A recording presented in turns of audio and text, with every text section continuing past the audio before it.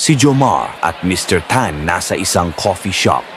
Excited si Jomar, hawak ang bagong cellphone, habang si Mr. Tan ay kalmado lang, may hawak na business book.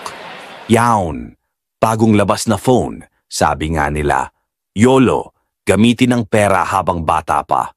Jomar, gusto mo bang malaman ang lihim ng mayayaman? Paano kami gumagamit ng pera para mas lalo pang yumaman? Ha? Paano yun, boss? Rule number 1. Pinapalago nila ang pera. Ang mayayaman, hindi basta ginagastos ang pera. Ginagamit nila ito sa negosyo, stocks, at real estate para lumaki pa lalo. Rule number 2. Hindi sila umaasa sa isang income lang. Hindi lang isang trabaho. Meron kaming iba't ibang source ng income, rental properties, dividends, online business.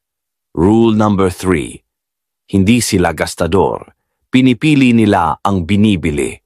Yung iba, bili agad ng mamahaling phone. Samantalang ang mayayaman, iniipon at ini-invest muna ang pera bago gumastos. Si Jomar, natulala, tinitingnan ang bagong phone niya.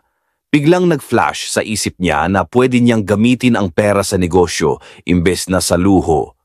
Boss, simula ngayon, hindi ko na lang gagastusin basta-basta ang pera ko. Mag-i-invest din ako. Yan ang tamang mindset. Ang pera, hindi lang ginagastos. Ginagamit dapat para palaguin.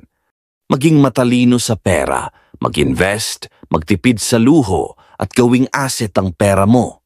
Follow for more money tips.